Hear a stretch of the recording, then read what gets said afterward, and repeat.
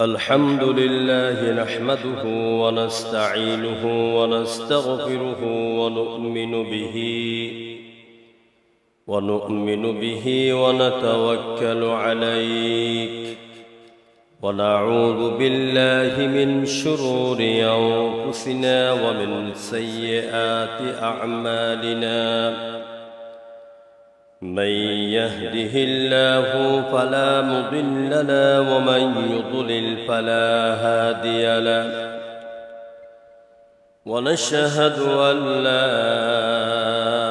إله إلا الله وحده لا شريك له ونشهد أن سيدنا وحبيبنا ومولانا محمدًا عبده ورسوله الذي أرسله بالحق بشيرًا ونذيرًا وداعيًا إلى الله بإذنه وسراجًا منيرًا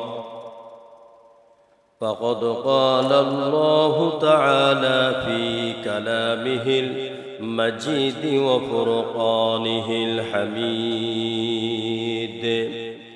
أعوذ بالله من الشيطان الرجيم بسم الله الرحمن الرحيم إن الله وملائكته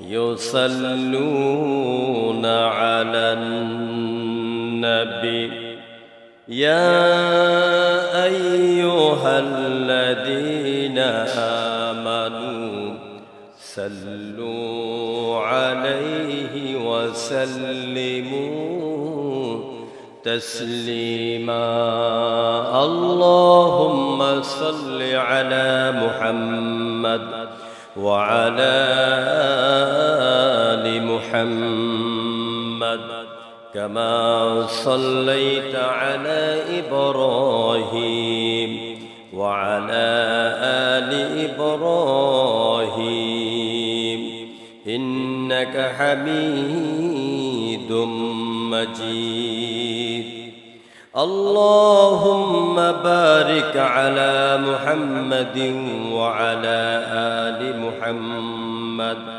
كما باركت على إبراهيم وعلى آل إبراهيم إنك حميد مجيد جرشر قرون بلغ العلا بكماله كشف الدجى بجماله সামনের কাতারগুলি fill up করে বসেন যাদের সামনে খালি আছে পেছন থেকে সামনে চলে আসেন কাতার সোজা করে মাঝখানে জায়গাগুলি ফিল আপ করুন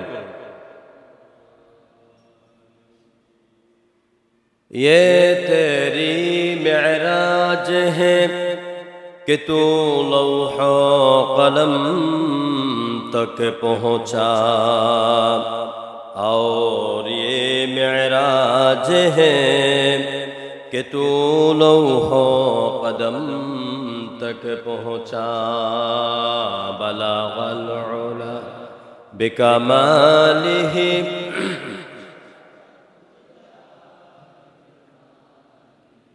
حسنت جميع خصاله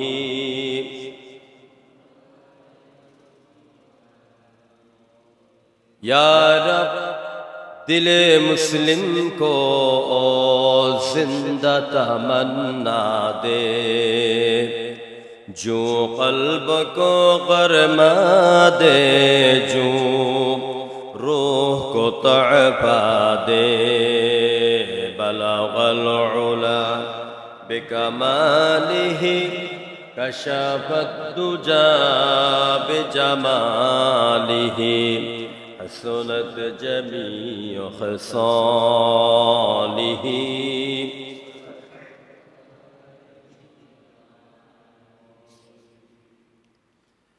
মুআজ্জাজ মুহতারাম, আগত সম্মানিত এলাকার এবং দূর দূরান্ত থেকে আগত প্রিয় মুসল্লি ভাইয়েরা, পর্দার অন্তরালে মসজিদে অবস্থানরত মা এবং বোনেরা, আমরা কালেমাতুশ শুকর আদায় করছি আমাদের মুনিব, আমাদের মালিক, আমাদের রব, যিনি বিশাল বিস্তীর্ণ এই জমিনের মালিক, কুল কায়নাতের মালিক, মহান আরশের অধিপতি, যিনি সকল ক্ষমতার একমাত্র উৎস, মহান আল্লাহ পাক। সে আল্লাহ সুবহানাহু ওয়া তাআলার দরবারে আমরা আনন্দ চিত্তে বিনীত হৃদয়ে সবাই পড়ে নিচ্ছি আলহামদুলিল্লাহ। রব্বানা লাকাল হামদ হামদান কাসীরান তাইয়্যিবান মুবারাকান ফীহি। আল্লাহ তাআলা দরবারে কালেমাতুশ শুকর আদায়ের পাশাপাশি আমরা দরুদ ও সালাম পেশ করছি আমাদের প্রিয় রাসূল, আমাদের প্রিয় নবী, মানবতার বিশ্বস্ত নবী, বিশ্ব মানব জাতির কল্যাণকামী নেতা, বিশ্ব মানবতার মুক্তির দূত নবী মুহাম্মদ রাসূলুল্লাহ সাল্লাল্লাহু আলাইহি ওয়াসাল্লামের প্রতি। প্রিয় ভাইরা, আজকে জুমার আলোচনার শুরুতে আমরা ভারাক্রান্ত হৃদয়ে স্মরণ করছি এবং দোয়া করছি আমাদের এই মসজিদের রূপকার, আমাদের সকলের মুরব্বী, দ্বীনের রাহবার, এই মসজিদকে যে নিয়ে যিনি অনেক চিন্তা গবেষণা, অনেক স্বপ্ন দেখেছিলেন, সুদীর্ঘ কাল ধরে এই ভাটারা থানায় বসবাস করেছেন, আপনাদের আমাদের সকলের প্রিয় আমাদের মুরব্বী জনাব আলহাজ কামাল উদ্দিন আহমদ সাহেব, আপনারা জেনেছেন তিনি ইন্তেকাল করেছেন। ইন্না লিল্লাহি ওয়া ইন্না ইলাইহি রাজিউন। আমরা তার সালাতুল জানাজা মসজিদে আদায় করেছি। তিনি আসলে আজকে আমাদের মসজিদের সেক্রেটারি আবুল কাশেম ভাই যে জায়গাতে বসা আছেন, তিনি এই জায়গায় বসতেন। আসলে তিনি আমার রুমে যেতেন, দেখা করতেন, একটা হাসি দিতেন। তারপর আমি তার থেকে অনেক পরামর্শ নিতাম, তিনিও আমাকে মাঝে মাঝে টেলিফোনে অনেক পরামর্শ দিতেন, দোয়া করতেন। আমরা দোয়া করব আল্লাহ রাব্বুল আলামিন যেন তার জীবনের সমস্ত নেক আমলগুলি কবুল করে নেন, আমরা বলে আমিন। আল্লাহ পাক যেন তার জীবনের গুনাহগুলিকে মাফ করে দেন, বলে আমিন। আল্লাহ পাক যেন তার জীবনের সাদাকায়ে জারিয়াগুলি আল্লাহ কবুল করেন, বলে আমিন। তার পরিবারকে যেন আল্লাহ পাক, তার সন্তানদেরকে আল্লাহ যেন দ্বীনের অনুসারী বানিয়ে দেন, আমরা বলে আমিন। মানুষের সবকিছু থেকে যায়, মানুষ চলে যায়, শুধুমাত্র একজন মানুষ আরেকজনকে স্মরণ করে তার ভালো কর্মের জন্য, তার ভালো কাজের জন্য, তার ভালো ব্যবহারের জন্য। আর একজন মানুষ আরেকজনকে ঘৃণা করে ধিক্কার দেয় তার খারাপ কর্মের জন্য। আসুন আমরা এই কথার লেশ ধরে আমরা কোরআনে কারীম থেকে কিছু কথা আলোচনা করব। আমি ধারাবাহিকভাবে কথা বলতেছিলাম এক একজন নবীর জীবনের উপর, মনে আছে আপনাদের? আমরা আদম আলাইহিস সালামের জীবন নিয়ে কথা বলেছি। তারপর মাঝখান দিয়ে এক জুমা আমি আসতে পারি নাই, সমস্যা ছিল। গত জুমায় আমরা আলোচনা করেছি হযরতে নূহ আলাইহিস সালাম সম্পর্কে। তো আলোচনার অনেক অংশ রয়ে গেছে, মনে করেছি আজকে বলবো, কিন্তু সময় হবে না আমার। আজকে যাকে নিয়ে আলোচনা করব তিনিও একজন উলুল আযম পয়গাম্বরদের মধ্যে অন্যতম এক নবী এবং খুবই পরিচিত একজন নবী, খুবই রাগান্বিত একজন নবী, যার রাগ উঠলে পরে মাথার পাগড়ি ভেদ করে চুলগুলি খাড়া হয়ে যায়। সুবহানাল্লাহ, এত রাগ ছিল। বুঝতে পেরেছেন সেই নবীকে? তার নাম হচ্ছে হযরতে মূসা আলাইহিস সালাম। কি নাম? মূসা আলাইহিস সালাম। তো মূসা অর্থ কি জানেন? মূসা হিব্রু ভাষা। মূসা শব্দের শাব্দিক অর্থ হচ্ছে মু মানি পানি, মু মানি পানি, সা মানি বৃক্ষ, মূসা পানির বৃক্ষ। ইনশাআল্লাহ কথা শুরু করছি, সবাই পড়েন আমার সাথে। আউযু বিল্লাহি মিনাশ শাইতানির রাজীম। বিসমিল্লাহির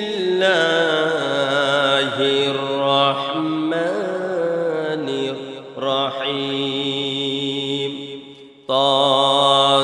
তাসিম মিম। তিলকা আয়াতুল কিতাবিল মুবিন। নাতলু আলাইকা মিন নাবাই মূসা ওয়া ফিরআউনা বিল হাক্কি লিকাওমিন ইউমিনুন। إن فرعون علا في الأرض وجعل أهلها شيعا يستضعف طائفة منهم يذبح أبناءهم ويستحيي نساءهم إنه كان من المفسدين ونريد أن نمن على الذين استضعفوا في الأرض ونجعلهم أئمة ونجعلهم الوارثين آمنت بالله صدق الله العظيم سورة القصص কোরআনে কারীমের 20তম পারার 114টি সূরার মধ্যে এটি হচ্ছে 28 নম্বর সূরা। কত নম্বর সূরা?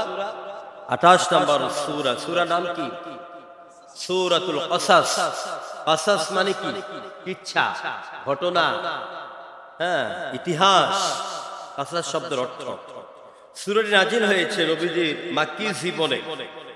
হুজুরের মাক্কি জীবনে সূরাটি নাজিল হয়। যতটুকু তেলাওয়াত করেছি তার অর্থ হচ্ছে ত সিম মিম হরফে মুকাত্তাআত, বিচ্ছিন্ন অক্ষর, যেগুলির অর্থ সম্পর্কে এক আল্লাহ এবং রাসূল ছাড়া কেউ জানে না। এগুলিকে বলা হয় হরফে মুকাত্তাআত, বিচ্ছিন্ন অক্ষর। তিলকা আয়াতুল কিতাবিল মুবিন। ওই আয়াতগুলি হচ্ছে স্পষ্ট কিতাবের বর্ণনা। নাতলু আলাইকা মিন নাবাই। আল্লাহ বলছেন আমি বর্ণনা করছি, আমি বর্ণনা করব তোমার কাছে হে নবী মুহাম্মদ সাল্লাল্লাহু। আমি তোমার কাছে বর্ণনা করব, তোমার কাছে আমি তেলাওয়াত করব, তোমাকে আমি শোনায়া দেব নবীদের মধ্য থেকে হযরতে মূসার ঘটনা এবং ফিরাউনের ঘটনা। বিল হক, মূসা এবং ফিরাউনের ঘটনা, ইতিহাস কোনো বিকৃত ভাবে নয়, কোনো ভুল টুল নয়, একেবারে সঠিক পরিশুদ্ধভাবে সঠিক ইতিহাসটা আমি তোমাকে শোনায়া দিব, তোমাকে জানাইয়া দিব, তোমার সামনে আমি তেলাওয়াত করব। কারণ হচ্ছে লিকাউমি ইউমিনুন, যাতে করে কিয়ামত পর্যন্ত আগত সমস্ত মুমিন সম্প্রদায় মূসা এবং ফিরাউনের মধ্যে সংঘটিত বিষয়ের ইতিহাস জানে, বুঝে এবং এই জানা বুঝার মধ্যে যেন তারা সতর্কতা অবলম্বন করে। ফিরাউন এবং মূসার দ্বন্দ্ব শত্রুতা, এটা পৃথিবীর ইতিহাসকে পর্যন্ত ম্লান করে দিয়েছে। এর পরবর্তীতে আয়াতে আল্লাহ বলছে সে ফেরাউনকে কি করেছিল, ইন্না ফিরআউনা আলা ফিল আরদ, সে জমিনে ছিল উচ্চ ক্ষমতা সম্পন্ন এক ব্যক্তিত্ব। ক্ষমতার বলে কি করেছিল, وَجَعَلَ أَهْلَهَا شِيَعًا يَسْتَضْعِفُ طَائِفَةً مِّنْهُمْ, সে জমিনের মধ্যে দুর্বল মানুষগুলির উপরে অত্যাচার নিপীড়ন শুরু করে দিয়েছিল। রাষ্ট্রের মধ্যে লোকদেরকে বিভিন্ন দলে বিভক্ত করে দিয়েছে, দলে দলে বিভক্ত করে দিয়েছে। ইউযাব্বিহু আবনাআহুম ওয়া ইস্তাহয়ী নিসাআহুম, ওই লোকটি, ওই শাসক গোষ্ঠী, ওই ফেরাউন মানুষকে দলে দলে গোত্রে গোত্রে বিভক্ত করে দিল। আর দুর্বল দলদের মধ্য থেকে যেসব ছেলে সন্তান জন্মাতো ওই ছেলে সন্তানগুলিকে জীবন্ত হত্যা করত, তাদের কল্লা ফেলে দিত, ওদেরকে হত্যা করত, খুন করত।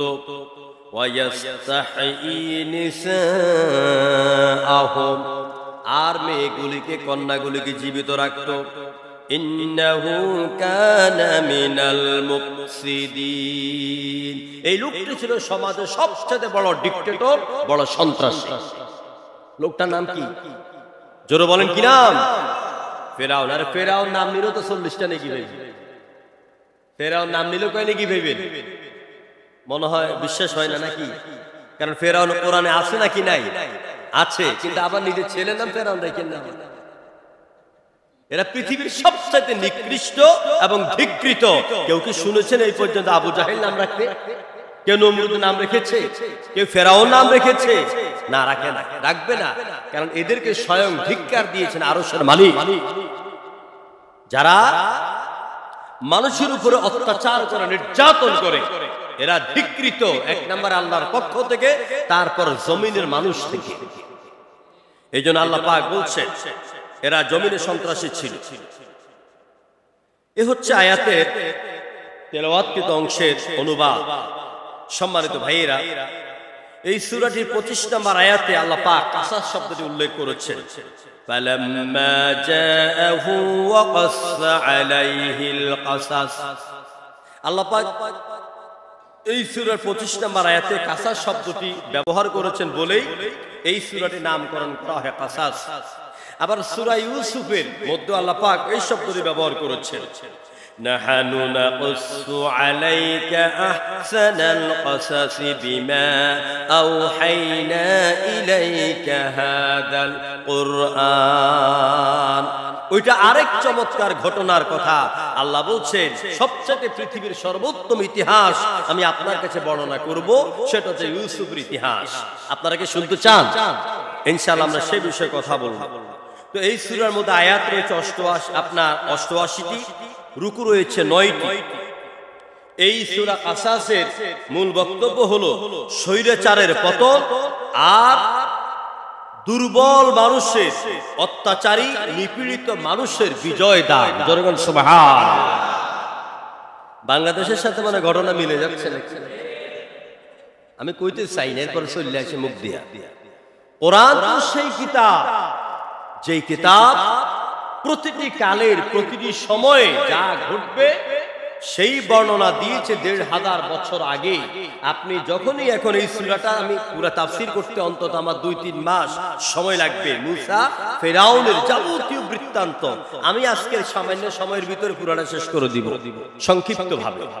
প্রিয় ভাইরা, কোরআন সমসাময়িক ঘটনার ব্যাখ্যাকারী এমন একটি কিতাব, যেটা শুনলে মনে পড়ে যে এটা যেন এখনই সময়কার ঘটনার কথা আল্লাহ নাযিল করেছেন। সুবহানাল্লাহ।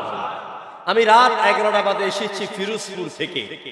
গতকাল আমরা বাংলাদেশের স্বনামধন্য 10 জন মুফাসসিরে কোরআন আমরা গিয়েছিলাম ফিরোজপুর আল্লামা সাঈদীর কবর জিয়ারত করার জন্য। তো আল্লামা সাঈদীর কবরের পাশে দাঁড়িয়ে তখন আমরা এই সূরার কথা মনে পড়েছে। আপনি তো সেই মহান ব্যক্তিত্ব যার সারা জীবনের কণ্ঠ উঁচা ছিল, যার সারা জীবনের কণ্ঠ বেজেছিল জালিম আর বাতিলের বিপক্ষে, ঠিক কিনা বলে? আমরা সিদ্ধান্ত নিয়েছি আমরা তাকে স্বাধীনতার দ্বিতীয় এই বিজয়কালে তাকে দোয়া করার জন্য আমরা গিয়েছি। আপনার থেকে আমরা শিক্ষা পেয়েছি, আমরা আপনার ছাত্র। আপনি যার হাতে আপনার হত্যা হলো, জীবনে 13টি বছর অন্ধকার প্রকোষ্ঠে আপনি কাটিয়ে মানুষকে কোরআনের কথাগুলি শুনাইতে পারলেন না, আল্লাহর পক্ষ থেকে আপনার মতন মাজলুমের, আপনাদের মতন মাজলুমের চোখের পানির বদলতে আল্লাহ পাক জমিন থেকে উত্থাপ করেছেন। প্রিয় বন্ধুগণ, আল্লাহ রাব্বুল আলামিন এই সূরার মূল বক্তব্য দিলেন স্বৈরাচারের পতন আর অসহায় দুর্বলদের বিজয় দান। আল্লাহ পাক সূরা প্রথমে এবং শেষ ভাগে এই পরিণতিগুলির কথা বর্ণনা করেছেন। এখানে শিক্ষণীয় বিষয় হচ্ছে মিশরে বনী ইসরাইলের অবস্থা। মিশরে বনী ইসরাইল এসেছে কোথা থেকে? অনেক লম্বা ঘটনা, সংক্ষিপ্তভাবে বলি। ইউসুফকে যখন তার ভাইয়েরা কূপের মধ্যে ফেলে দিল, কূপের মধ্যে পড়ে গেল, তারপরে এই মিশরের একদল বণিক যখন ব্যবসা করে অন্য রাস্তা দিয়ে আসতেছিল, আল্লাহ পাক এমন একটা অন্ধকার ঝড়ঝঞ্ঝা দিয়ে তাদেরকে বিচ্ছিন্ন করে দিলেন। তারা পানির তৃষ্ণায় খুব কষ্ট পাচ্ছিল। তখন তারা পানি খুঁজতে খুঁজতে ওই একটা কূপের সন্ধান পেল। ওখানে আইসা দেখে যে এখানে কূপটি আছে কিন্তু অনেক দিনের পুরানো, হয়তো পানি ভালো হবে না। তারপরে তারা অনেক সিদ্ধান্ত নেওয়ার পরে ওখানে কূপের মধ্যে বালতি ফেললো।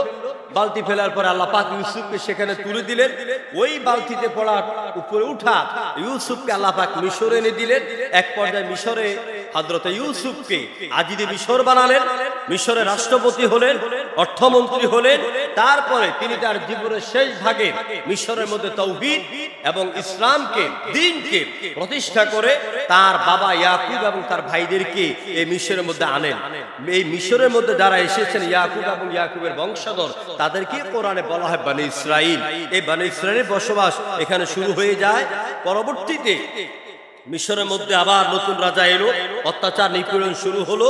তারপরে মিশরের মধ্যে যখন অত্যাচার নিপীড়ন শুরু হয়ে যায়, তখন আল্লাহ পাক মিশরকে আবার অত্যাচারিতের হাত থেকে মুক্ত করার জন্য আল্লাহ পাক একজন নবীকে পাঠাবার সিদ্ধান্ত নেন। সেই নবীর নাম হলো হযরত মূসা। মূসার সাথে যে ফেরাউনের ঘটনা ঘটেছে, তিনি হচ্ছেন দ্বিতীয় ফেরাউন। প্রথম ফেরাউন কারো নাম নয়, ফেরাউন কারো নাম নয়, ফেরাউন হচ্ছে মিশরের রাজাদের একটা উপাধি। প্রিয় ভাইয়েরা, দ্বিতীয় রমেসিস এক পুত্র জন্ম দিলেন, যার নাম হলো মুনফাত্তাহ। ফেরাউনের মূল নাম কি? মুনফাত্তাহ। ওয়ালিদ বিন মুসআব বিন রাইয়ান, তার থেকে ফেরাউনের উৎপত্তি হয়। হযরত মূসা আলাইহিস সালাতু ওয়াস সালাম তিনি যখন জন্মাবেন পৃথিবীতে, আপনারা এটাও জেনে রাখবেন, পৃথিবীতে দুইজন নবী দুনিয়াতে আসার আগেই তাদের বিরোধিতা শুরু হয়ে যায়। কয়জন নবী?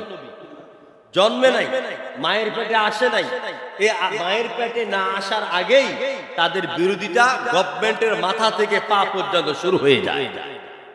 সে দুজন নবীকে, একজন হচ্ছেন হযরত ইব্রাহিম, আরেকজন হচ্ছেন হযরত মূসা আলাইহিস সালাম। ইব্রাহিম যেন আসতে না পারে, মূসা আর নমরুদ একই রকম স্বপ্ন দেখেছেন, কারণ দুইজন তো খালতো ভাই। মূসা আর নমরুদ, ফেরাউন আর নমরুদ কি? মূসা আপনার ফেরাউন আর নমরুদ হচ্ছে খালতো ভাই। এই জন্য ফেরাউন আর নমরুদের স্বপ্ন ছিল একই রকম। স্বপ্নটা কি ছিল? একই রকম স্বপ্ন। নমরুদ স্বপ্ন দেখেছি বহু বছর আগে, আর ফেরাউন স্বপ্ন দেখেছিল বহু বছর পরে।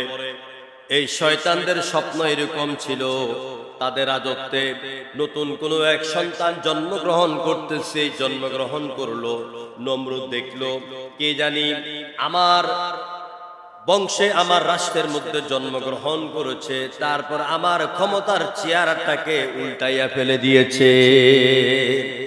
এটা ছিল নমরুদের স্বপ্ন।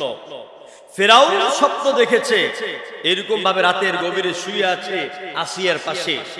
রাতের বেলা স্বপ্নে দেখলো কে যেন কোন এক সন্তান যেন জন্মে ফেরাউনের ক্ষমতাকে, দম্ভকে, অহংকারকে চূর্ণ বিচূর্ণ করে দিল। আর ফেরাউন তখন ঘুম থেকে লাফ দিয়ে উঠে ঘন্টা বাজানো শুরু করলো। তারপর বিভিন্ন মন্ত্রী পরিষদ রাতের বেলা সবাই ছুটে এলো, বলছে যে জি জনাব, মহারাজ, মহান বাদশাহ, এত রাত আমাদেরকে কেন ডেকেছেন? ফেরাউন বলছে আমি স্বপ্নে দেখলাম যে একটি ছেলে এভাবে ছুটে এসেছে, তারপরে সে আমার ক্ষমতা, আমার দাম্ভিকতাকে চূর্ণ বিচূর্ণ করে দিয়ে আমাকে দেশ ত্যাগ করতে বাধ্য করেছে। স্বপ্নের তাবির কি হবে? মন্ত্রী পরিষদের সবাই গোটা মোটা গণ্যা সবাই বলতেছে হ্যাঁ মহারাজ, বড় অশুভ লক্ষণ, বড় অশুভ স্বপ্ন। আপনার সমাজে, আপনার রাষ্ট্রে বনি ইসরাইল থেকে এমন একজন সন্তান জন্মগ্রহণ করবে যে আপনার ক্ষমতার মস্তকে চূর্ণ বিচূর্ণ করে দিবে। ফেরাউন আইন তৈরি করে দিল, আজ থেকেই বনি ইসরাইলের যত সন্তান জন্মগ্রহণ করবে তাদের কাউকে জমিনে বাঁচতে দেওয়া হবে না। আইন করে দিল। সে আইনটা কি? ইউযাব্বিহু আবনাআহুম ওয়া ইস্তাহয়ী নিসাআহুম। বনি ইসরাইলের যত ছেলেরা জন্মাবে, মায়ের পেট থেকে বের হওয়ার সাথে সাথে ধাত্রীরা দেখবা এটা কি ছেলে নাকি এটা মেয়ে। যদি ছেলে হয় কল্লাটা কেটে তাড়াতাড়ি ফেলে দিবে, আর যদি মেয়ে জন্মায় মেয়েটাকে রেখে দিবে, কারণ ভবিষ্যতে তাদের মেয়েদের সাথে আমার দেশের লোকেরা ফষ্টি নষ্টি করবে, তাদের উপর অত্যাচার করবে, মেয়েদেরকে মারা যাবে না। এইভাবে ছেলে সন্তানকে হত্যা করার যখন আইন জারি করে দিল, তাফসীরে ইবনে কাসিরের ভিতরে দেখা যায় ফিরআউনের এক আইনের কারণে এই নবজাতক প্রায় 90 লক্ষ শিশু সন্তানকে হত্যা করা হয়। 90 লক্ষ সন্তানকে হত্যা করা, কোন সন্তানকে দুনিয়াতে বাঁচতে দেয় নাই। আমার ভাইরা, এভাবে বনি ইসরাইলের প্রতি তার শত্রুতা শুরু হয়ে যায়। এরই পরে আল্লাহ রাব্বুল আলামিন হযরতে মূসা আলাইহিস সালামকে মায়ের পেটে আনলেন। তো নারীদের পেটে যখন বাচ্চা আসে আস্তে আস্তে পেটটা বড় হতে থাকে। এখন কিছু ধাত্রীকে, কিছু নারীদেরকে কি যে বলে নিয়োগ করে দিল যে কোন কোন নারী গর্ভবতী হচ্ছে তার দিকে খেয়াল রাখো। তো এরকম খেয়াল রাখতে গিয়ে যেসব নারীরা গর্ভবতী হয়, ফেরাউনের নিয়োগকৃত কর্মচারীরা তারাও সরকারের সাথে সাথে ক্ষমতার মোহে অন্ধ হয়ে যায়।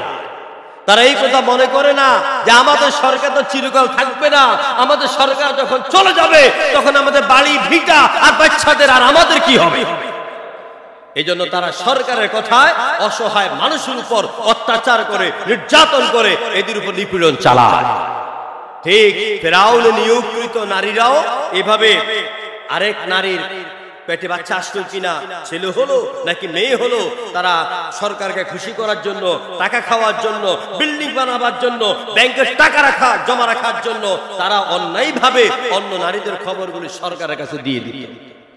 প্রিয় বন্ধুগণ, এই অবস্থার মধ্যে আল্লাহ পাক তিনি হযরত মূসাকে তার মায়ের পেটের মধ্যে আনলেন। মূসার মায়ের কিন্তু পেট বড় হয়নি। সুবহানাল্লাহ কইতেন না? বুঝাই যায় নাই মূসাতে মায়ের পেটে আছে, বুঝাই যায় নাই। যেমন আমার রাসূল যখন মায়ের পেটে এসেছেন, আমিনার পেটে, আমিনা বলছেন আমি অন্যান্য নারীদের মতন আমি কোনো লক্ষণ দেখি নাই আমার পেটে যে বাচ্চা আছে, কোনো ব্যথা নাই, কোনো বেদনা নাই, আমার পেট বড় হয় নাই, আমাকে অস্বস্তি লাগে না, আমার কাছে দুর্বল লাগে না, আমার বমি হয় না। জোরে করে আল্লাহু আকবার। হযরত মূসারও মায়ের একই অবস্থা।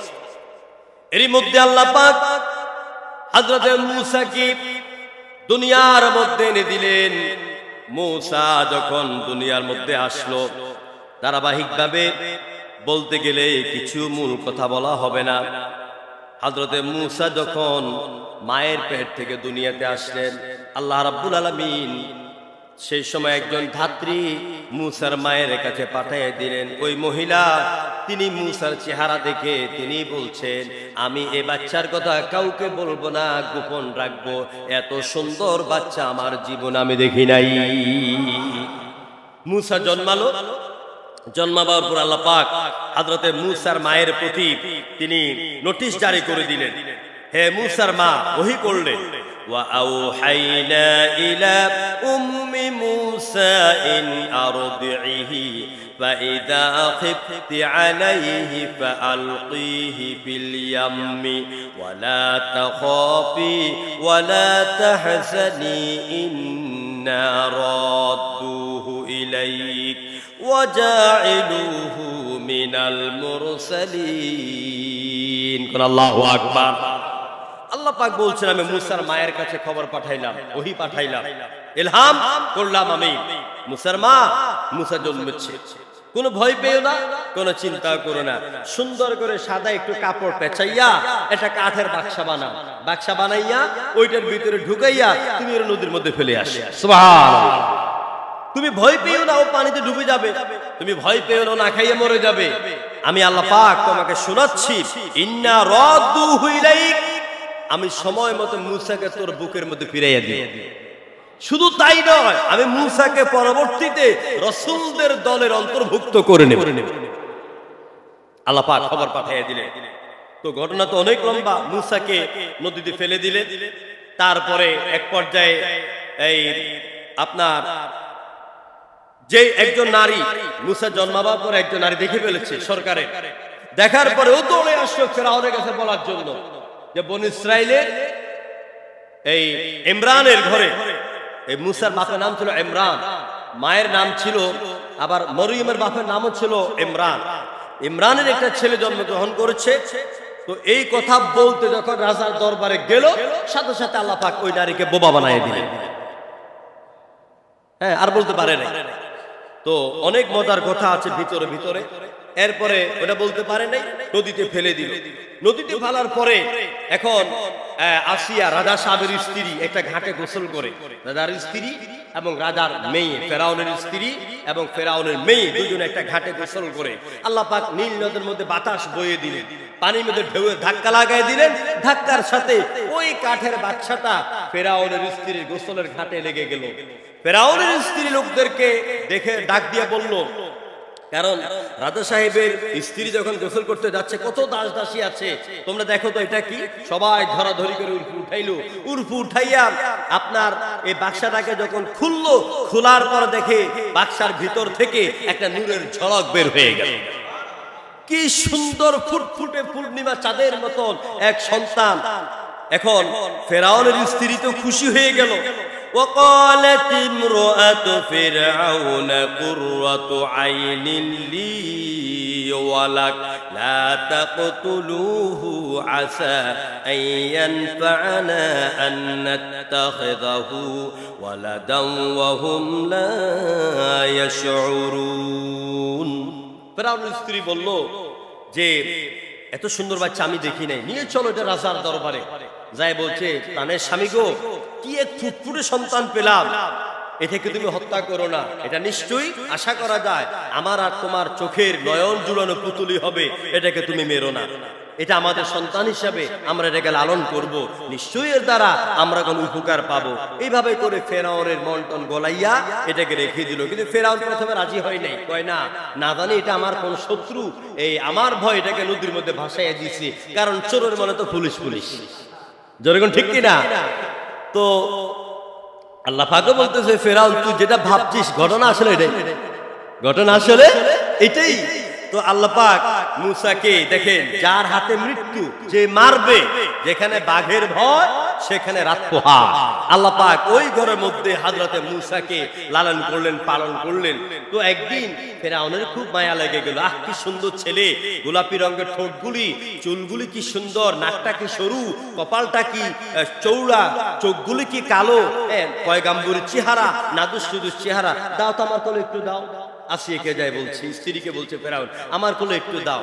তো হযরতে মূসাকে যখন ফেরাউনের কোলে স্ত্রী আসিয়া দিচ্ছিলেন, তো ফেরাউন, আমরা ছোট বাচ্চাদেরকে দেখে গালের মধ্যে কপালে চুমা দেই নাকি দেই না, চুমা দেয়।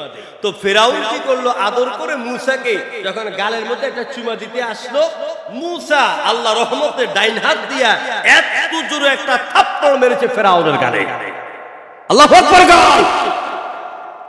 ফেরাউন বলতেছে, স্ত্রী ছোট ছোট নাবালক বাচ্চা এই কচি হাত দিয়ে আমাকে থাপ্পড় মেরেছে, আমার গোটা গালটা জ্বলা শুরু হয়ে গেল, গাল যেন আমার বাঁকা হয়ে যাবে, তাড়াতাড়ি ডাক্তার ডাকো। থাপ্পড়ের কি পাওয়ার! কারণ সেই গালের হাতের মধ্যে হযরত জিবরাইল সওয়ার হয়েছিলেন। কারণ একজন কাফেরের ললাট থুতু ঠোঁটের চুমা পয়গম্বরের মুখে লাগতে পারে না। প্রিয় ভাইরা, এভাবে ফেরাউনের ভিতরে চিন্তা চলে আসলো, এটা মনে হয় হিডা, এটা মনে যেটার ব্যাপারে স্বপ্ন দেখেছিলাম, যেটার বই আমি 90,000 বা 90 লক্ষ সন্তানকে হত্যা করেছি, মনে এটা হিডা। আসিয়ারে বলে ওকে হত্যা করবো, তুমি কি আঙ্গ নোয়াখাইলা বাসাকে, তুমি কি পাগল হইছো? তুমি কি পাগল হইছো? তুমি এটা মারবা? এত কচি বাচ্চা হতে কেমনে হাত লাগছে, তুমি বলতেছো জ্বলতেছে, বিশ্বাসই করি না আমি এটা। এভাবে আল্লাহ পাক মূসাকে বড় করলেন ফেরাউনের ঘরে। আস্তে আস্তে বড় হলো, ঠিকই সে যেটা ভেবেছিল সেটাই একদিন হয়ে গিয়েছে। সম্মানিত ভাইরা, আল্লাহ রাব্বুল আলামিন তিনি মূসাকে এভাবে বড় করার পরে এবারে মূসা তো বড় হচ্ছেন মায়ের কোলে, এখন এই দুধ খাইতে হবে। এখানে আরেকটু কথা হচ্ছে, দুধ খাইতে হবে। এখন আসিয়ার, যেহেতু আসিয়ার এখন সন্তান নাই, মেয়েটা বড় হয়ে গেল, আসিয়ার স্তনের মধ্যে দুধ নাই। আর থাকলেও আপনার ফেরাউন কিন্তু আর মূসা আসিয়ার দুধের মধ্যে মুখ লাগায় না। এখন আসিয়া এবং ফেরাউন খুব ব্যস্ত হয়ে গেল, কোথায় দুধ মা পাওয়া যায়, কোথায় ধাত্রী পাওয়া যাবে, কোথায় দুধ মা পাওয়া যাবে ওকে বড় করার জন্য, না হয়তো বাচ্চাটা মরে যাবে। স্ত্রী বারবার এসে বলতেছে, ওগো তুমি তাড়াতাড়ি করে আমার এই সন্তানটাকে মানুষ করার বা বড় করার চেষ্টা করো, কে দুধ খাওয়াবে ওকে একটু ব্যবস্থা করো। এখন চতুর্দিকে খবর লাগিয়ে দিল, কিন্তু কোথাও মহিলা পাওয়া যাচ্ছে না। যাই পাওয়া যায়, যেগুলিকে আনে, মূসা কোনো নারীর স্তনের মধ্যে মুখ লাগায় না। আমার ভাইয়েরা, ওদিকে আল্লাহ পাক হযরতে মূসার মাকে বললেন, মূসার মা তোমার মেয়েটাকে ওই সিন্ধুক কোন দিকে যায়, কোথায় কোথায় যায়, দূর দূর থেকে ওইটাকে ফলো করার জন্য তুমি বলে দাও।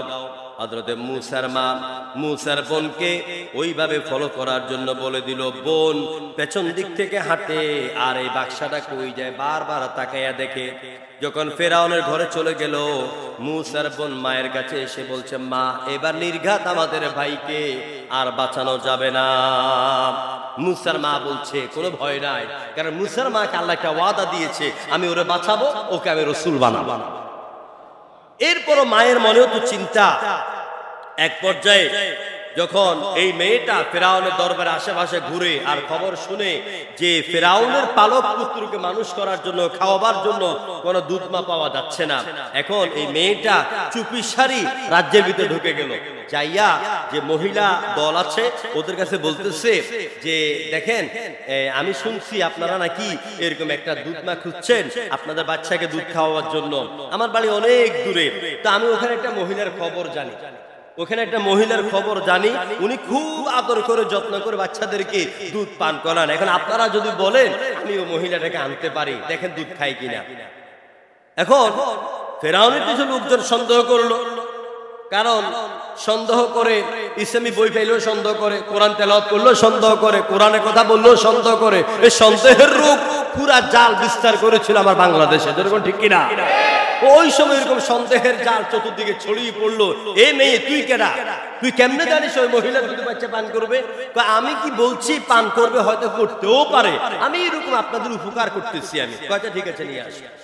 আল্লাহ রাব্বুল আলামিন বলছে, মূসার মা তুমি যাও, কোনো ভয় নাই।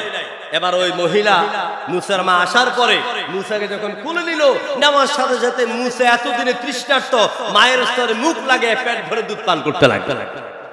আল্লাহ পাক বলছেন, মূসার মা চিন্তা করো না, এখান থেকে তোমার সংসার চালাবার ভাতার ব্যবস্থা করে দিলাম, আর তোমার দুধ খাইয়া তোমার ছেলেও মানুষ হবে এবং তোমার চোখের সামনে তোমার ছেলে বড় হবে, সব চিন্তা আমি আল্লাহ দূর করে দিলাম। প্রিয় ভাইরা, এভাবে করে আল্লাহ পাক যখন হযরতে মূসাকে বড় করলেন, মূসাকে বড় করার পরে এবার মূসা তিনি প্রতিদিন বের হয়ে যান দূর দূরান্তে, ঘোরাফেরা করেন, খেলাধুলা করেন। হঠাৎ করে তিনি দেখতে পেলেন একদিন মাঠের পাশে দুইজন যুবক মারামারি করতেছে। মূসা ভালো করে চিনতে পারলেন না।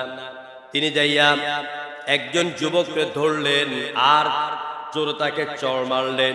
চড় মারার সাথে সাথেই ওই যুবকটার মৃত্যু হয়ে যায়। ওই যুবকটার কাছে শয়তান ইবলিস সওয়ার ছিল এবং ওই শয়তানে দুই যুবকের মধ্যে মারামারি লাগিয়ে দেয়। লাগাবার পরে মূসা ওখানে এসে পড়লো। শয়তানের ইচ্ছা ছিল যাতে যুবককে মূসা মেরে ফেললেই আমি মূসার বিরুদ্ধে অ্যাকশন নিতে পারবো। কারণ শয়তান সব সময় যারা আল্লাহর কথা বলে, দ্বীনের কথা বলে, ইসলামের পথে চলে, আল্লাহর জমিনে দ্বীন প্রতিষ্ঠা করতে চায়, তাদেরকে বাধা দেওয়ার জন্য শয়তান সব সময় চেষ্টা করে।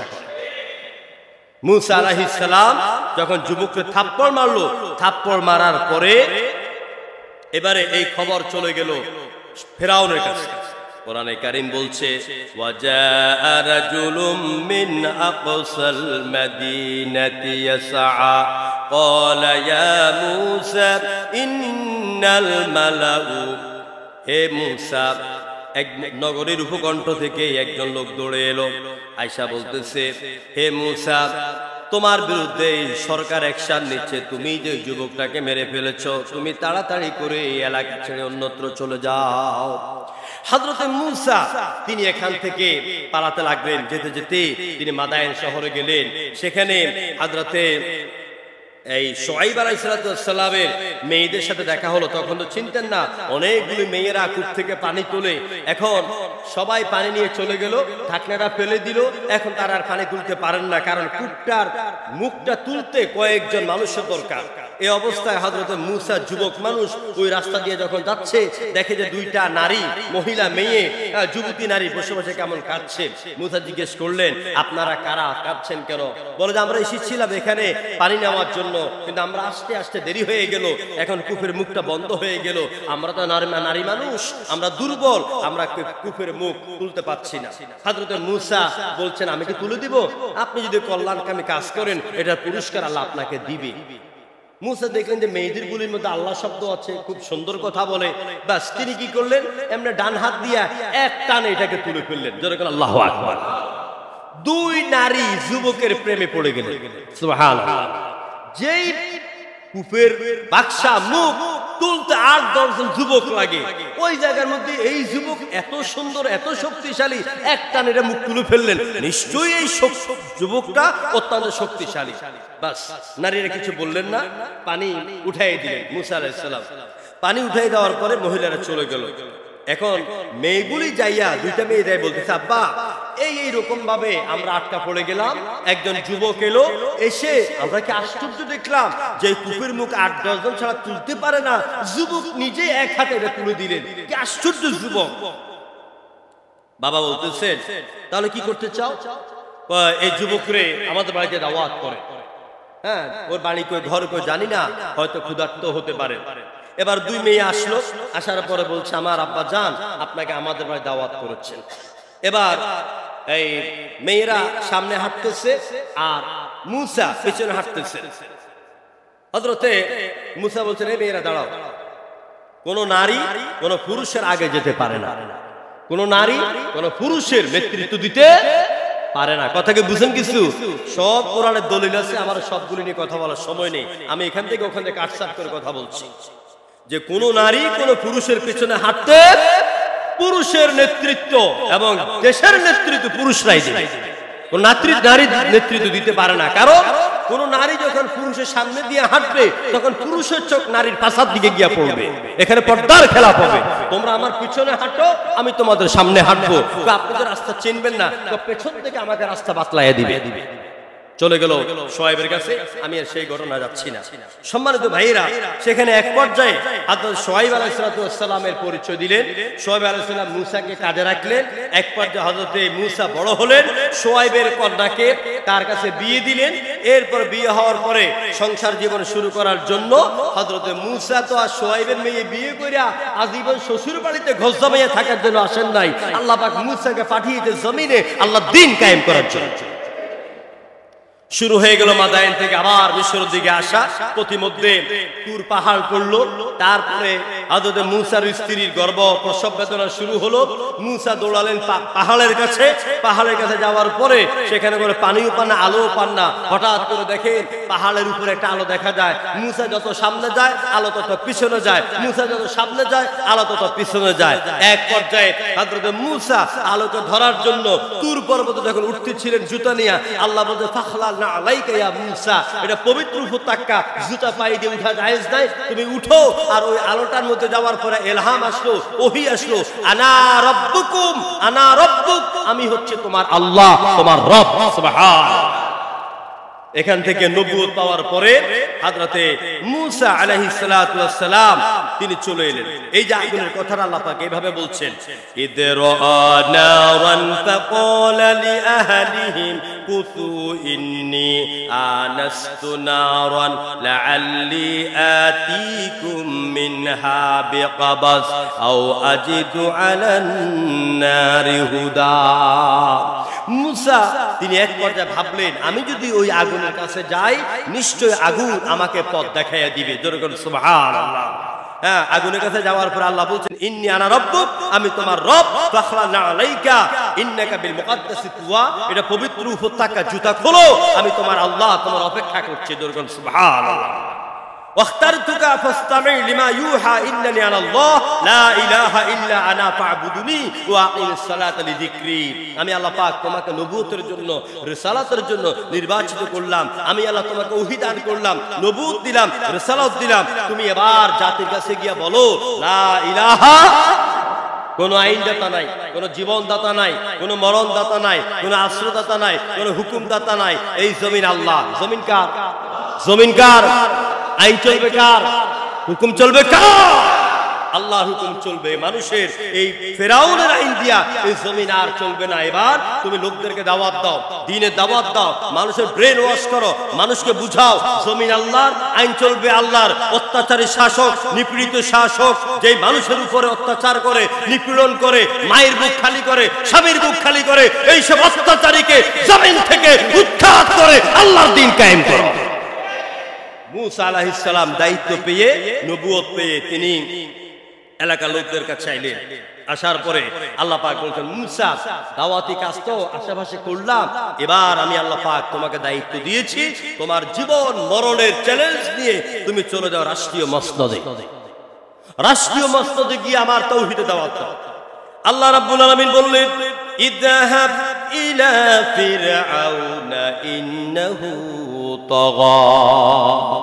ও মূসা, ফিরআউনের কাছে যাও, ফিরআউনকে তাওহীদের দাওয়াত দাও, এক আল্লাহর আইনের কথা শোনাও, এক আল্লাহর ক্ষমতার কথা শোনাও, এক আল্লাহ পাকের হুকুমের কথা শোনাও। ফাকুলা লাহু কাওলান লাইয়িনান লাআল্লাহু ইয়াতাযাক্কারু আও ইয়াখশা। দাওয়াত দিবে নরম ভাষায়। কোন ভাষা? দাওয়াত দিবে নরম ভাষায়। ওই ব্যক্তি উমুক দল করে, আমার জানা দরকার নাই, আমি তাকে ভাই মনে করে নরম ভাবে বলবো, ভাই মসজিদে আসেন, নামাজ পড়েন, জীবনে তো অনেক কিছু দেখলেন, সব ছেড়ে দিয়ে এবার আল্লাহমুখী হয়ে যান, মসজিদমুখী হয়ে যান, কোরআনমুখী হয়ে যান। এই সমাজটা যদি আমরা কোরআনের হাতে তুলে দিতে পারি, কোরআনকে যদি আমরা সংশোধন নিতে পারি, সমাজ থেকে চুরি বন্ধ হবে, ডাকাতি বন্ধ হবে, সন্ত্রাস বন্ধ হবে, জেনাবে বিচার বন্ধ হবে, দুর্নীতি বন্ধ হবে। বিস্তার নিচে কোটি কোটি টাকা, ঘরের মধ্যে 5 কোটি টাকা, এই সমস্ত টাকা পয়সা ঘরে নিয়ে বন্দি রাখা সব দূর হয়ে যাবে। যেরকম ঠিক কিনা?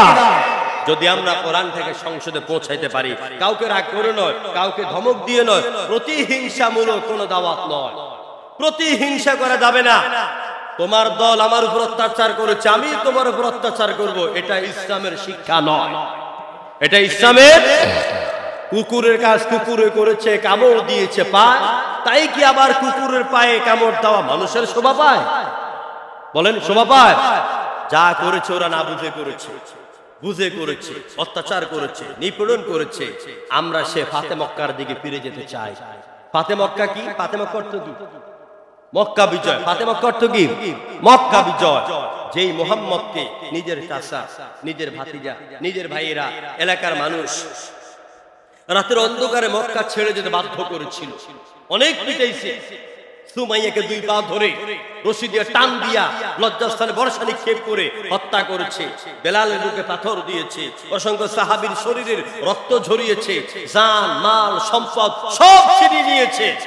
এত নির্যাতনের পরে যখন নিজের মাতৃভূমি, নিজের মায়ের দেশ, নিজের দেশে আমার রাসূলকে আল্লাহ পাক, কাফেররা যখন থাকতে দিল না, আল্লাহ পাক বলছেন আমার রাসূলকে তুমি মদিনায় ফিরে যাও।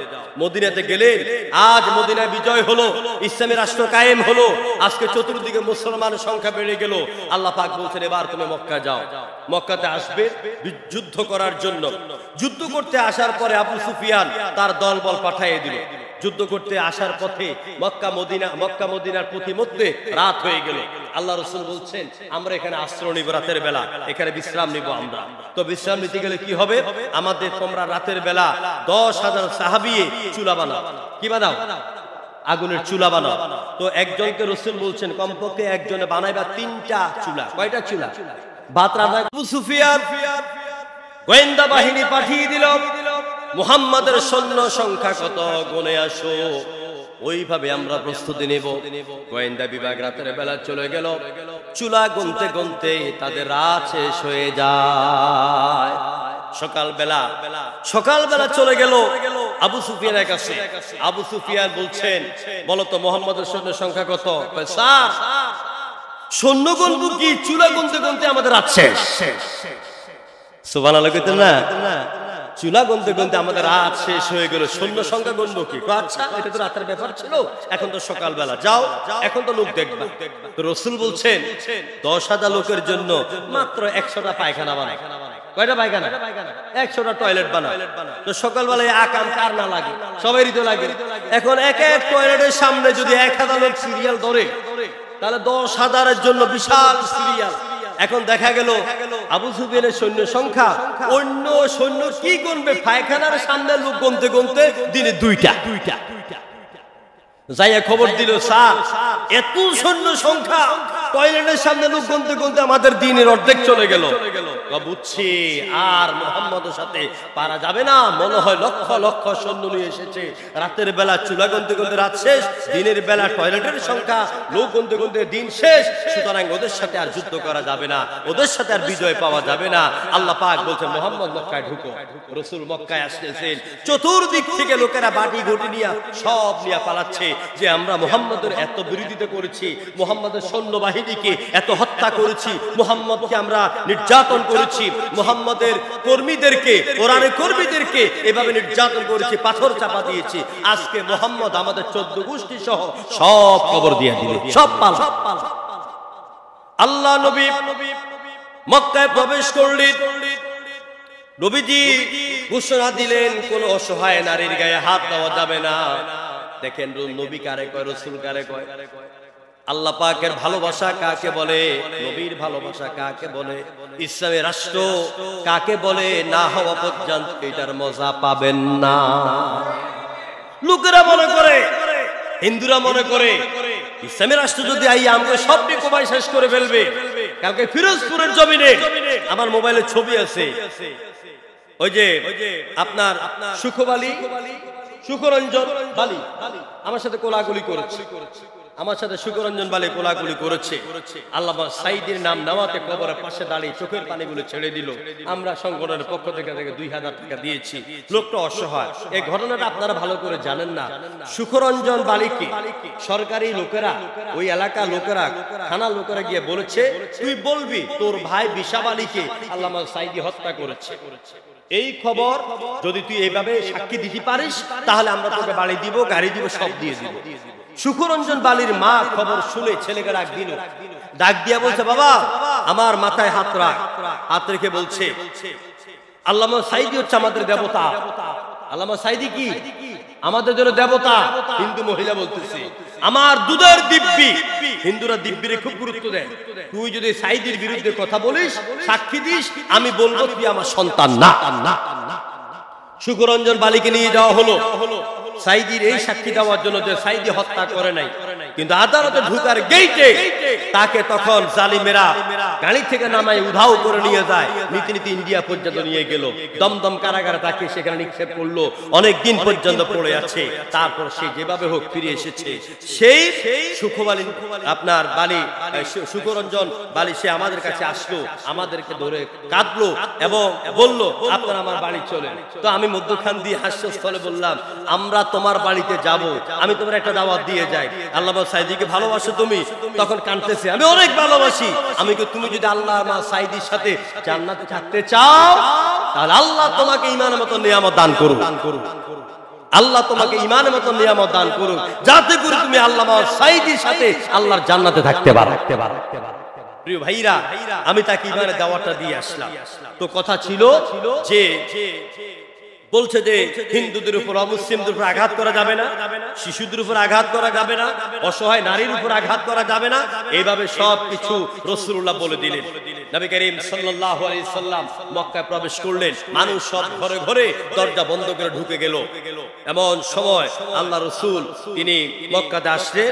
আয়েশা তিনি লাঠি দিয়ে গুঁতে দিয়া মূর্তির মাথার মধ্যে গুঁতি দিয়ে বলছেন জাল হক ওয়া যাহাকাল বাতিল ইন্নাল বাতিলা কানা যাহুকা। ওই মক্কা বিজয়ের মতন বাংলাদেশ কোরআনের জন্য বিজয় হবে কিনা আমি জানি না। মক্কা বিজয়ের মতন বাংলাদেশ অতটা কোরআনের জন্য স্বাধীন হবে কিনা আমি জানি না, আমরা দেখতে পারবো কিনা জানি না। তবে বর্তমানে আমরা দেখতে পাচ্ছি আর্মি প্রশাসন থেকে শুরু করে বাংলাদেশে অসংখ্য মূর্তিকে লাঠি দিয়া মাথা ভেঙ্গে চূর্ণ বিচূর্ণ করে দেওয়া হচ্ছে। কারণ এটা কোরআনের দেশ, এটা মূর্তির দেশ না। এই জমিন আল্লাহর, জমিন কার? জমিন আল্লাহ। আমার ভাইরা, নবী করিম সাল্লাল্লাহু আলাইহি ওয়াসাল্লাম তিনি আজকে বলছেন সব লোকেরা তার সামনে দাঁড়ানো। আবু সুফিয়ানকে বলছে আবু সুফিয়ান তার ঘরে সে নিরাপদ, উম্মে কাফিররা তার ঘরে সবাই নিরাপদ, কাউকে হত্যা করা যাবে না, কারো ঘর ভাঙা যাবে না, কারো বাড়িতে আগুন ধরানো যাবে না, কারো উপর নির্যাতন করা যাবে না, কারণ তারা তাদের পাপের জবাব দিতে হবে আল্লাহর কাছে। হ্যাঁ, আমাদেরকে শান্তি বজায় রাখতে হবে, শান্তির পথ অনুসরণ করতে হবে। কারো উপরে আমাদেরকে ওরা মেরেছে তাই বলে আমরা মারবো, এটা নাম ইসলাম নয়। এই সুখবাণী, সুন্দর বাণী শুনিয়ে দিলেন রাসূলুল্লাহ। এবার নবী করিম সাল্লাল্লাহু আলাইহি সাল্লামের কাছে আবু সুফিয়ান এলো, অন্যান্য নেতারা এলো, এসে বলছে যে আল্লাহ নবী বলছেন ও চাচা আপনার সাথে কি রকম ব্যবহার করব, আপনি কি রকম ব্যবহার চান? তার মানে আপনি তো আমার বহুত জ্বালাইছেন, বহুত কষ্ট দিয়েছেন, এখন কি রকম ব্যবহার করব আপনার সাথে? চাচা বলতেছে একটা সুসন্তান বাবার সাথে যেরকম ব্যবহার করে, বাবা তুমি তোমার চাচার সাথে ওইরকম ব্যবহার করো। আল্লাহ নবী চাচার মুখে কথা শুনে হুজুর সব দুঃখ বেদনা ভুলে গিয়া বললেন চাচাজি আমি আপনাকে আর মক্কাবাসীকে শোনাবো, আপনারা তো ভয় পেয়েছেন, মুহাম্মদ রাজা হয়ে আসতেছে, সবার উপর নির্যাতন করবেন না, আমি ওই বাণী শোনাবো না, আমি আপনাদেরকে আজকে শোনাবো লা তাতরিবা আলাইকুমুল ইয়াউম। আমার ভাই ইউসুফ যেই 10 জন তাকে কূপে ফেলে দিল, ইউসুফ আজকে রাজত্ব পাওয়ার পরে ভাই 10টাকে সামনে পাওয়ার পরে বলছে ভাইয়েরা আমাকে অনেক নির্যাতন করেছো, অনেক কষ্ট দিয়েছো, আমি আল্লাহর ওয়াস্তে তোমাদের সবাইকে মাফ করে দিলাম। আমি মুহাম্মদ রাসূলুল্লাহ আজকে আমার চাচা ভাতিজা মক্কাবাসীকে আমি ক্ষমা করে দিলাম। আপনাদের প্রতি আমার অনুরোধ, আমাদের ভাগ্যকে আল্লাহ পাক পরিবর্তন করে দিয়েছেন, জোরে কোন আলহামদুলিল্লাহ। জ্বালাও পোড়া করবেন না মজলুমদের প্রতি, যারা এতদিন ছিল ক্ষমতাসীন জালিম আজকে তারা মজলুম, জোরে কোন ঠিক কিনা? এদের উপর অত্যাচার করবেন না, নির্যাতন করবেন না, কারো ঘর ভাঙবেন না, কারো ঘরে আগুন দিবেন না, কারো ঘরে আগুন দিবেন না। যদি কেউ সন্ত্রাসী কর্মকাণ্ড ঘটায় আমাদেরকে বিপদে ফেলার জন্য ওদেরকে ধরে পুলিশের হাতে সুপর্দ করে দেন বা আর্মিদেরকে খবর দেন। আইন নিজের হাতে তোলা যাবে না, ওদের উপর অত্যাচার করবেন না। আজকে যেই লোকটা আপনার সামনে মাথা নিচু করে হাঁটে, ওই বেটা লাঠি লইয়া একদিন এভাবে চোখ লাগায় হাঁটতো, ও তো আর কেউ না, ও তো আমার ভাই। আমি যদি কালকে মৃত্যুবরণ করি এই ভাইটা এসে আমার জানাজা দিবে, এজন্য কারো উপরে অত্যাচার করবেন না, দরকার নেই। ওদের ভুল ওরা বুঝতে পারবে। আমাদের সমাজ, আমাদের দেশ সুন্দরভাবে চলুক, এটা চান তো ইনশাআল্লাহ। মুসা আলাইহিস সালামের দাওয়াত, সাপের খেলা, জাদু, মুসা আলাইহিস সালামের কিভাবে বিজয় হলো, কিভাবে ফেরাউন নিমজ্জিত হলো, অনেক ঘটনা আগামী জুমাতে বলবো। সর্বশেষ আমি যে কথা দিয়ে আলোচনা শেষ করতে চাই সেটা হচ্ছে এই, ইউরিদুনা লিয়ুতফিউ নূরাল্লাহ বিআফওয়াহিহিম ওয়াল্লাহু মুতিম্মু নূরিহি ওয়ালাউ কারিহাল কাফিরুন। ওরা চায় ওদের মুখের ফু দিয়া জমিন থেকে আল্লাহর নূরকে নির্বাপিত করে দিতে, অথচ আল্লাহ পাক নিজের হাতে সেই প্রদীপকে জ্বালিয়েছেন। যেরকম সুবহানাল্লাহ। ওরা চেয়েছিল বাংলার জমিনে চিরতরে কোরআনের আন্দোলনকে নিষিদ্ধ করেছিল, নিষিদ্ধ হয়ে যাবে। আমার আল্লাহ পাক বললেন না, এটা তো আমি আল্লাহ পাকের নূর, আমি আল্লাহর কোরআন, আমি আল্লাহর কোরআনের দাওয়াত এই জমিন থেকে নিষিদ্ধ হবে না। যারা নিষিদ্ধ করেছো তাদেরকে হয়তোবা কিয়ামত পর্যন্ত বাংলার জমিন থেকে নিষিদ্ধ করে দিলাম। যখন ঠিক কিনা? ইসলামের বিজয় কে দিবেন? আমাদের ঈমানকে মজবুত করতে হবে, শিরক থেকে মুক্ত থাকতে হবে, 5 ওয়াক্ত নামাজি হতে হবে, আল্লাহকে বেশি ভালোবাসেন, আল্লাহর সাথে সম্পর্ক গড়েন। জমিন, এই জমিন অপেক্ষা করছে আল্লাহর কোরআনের শাসনের জন্য। যখন ঠিক কিনা? আল্লাহ পাক আমাদেরকে ধৈর্যের সাথে জীবন যাপন করার তৌফিক দান করে বলে আমিন। আমরা ধৈর্য ধরবো, আমরা কাউকে কটাক্ষ ভাষায় কথা বলবো না, কাউকে গালিগালাজ করবো না, কারো বাড়িঘর ভাঙবো না, কারো বিরুদ্ধে কোনো অ্যাকশন নিব না। আমরা হযরত ইউসুফের মতন, আল্লাহ নবীর মতন আল্লাহর ওয়াস্তে আমরা ক্ষমা করে দিলাম। যখন ঠিক কিনা? আমাদের মুরব্বি বলেছে কারো বিরুদ্ধে কোনো অ্যাকশন নাই, সবাইকে আমরা ক্ষমা করে দিলাম। আল্লাহ পাক ক্ষমান্বিত অবলম্বন করার তৌফিক দান করুন।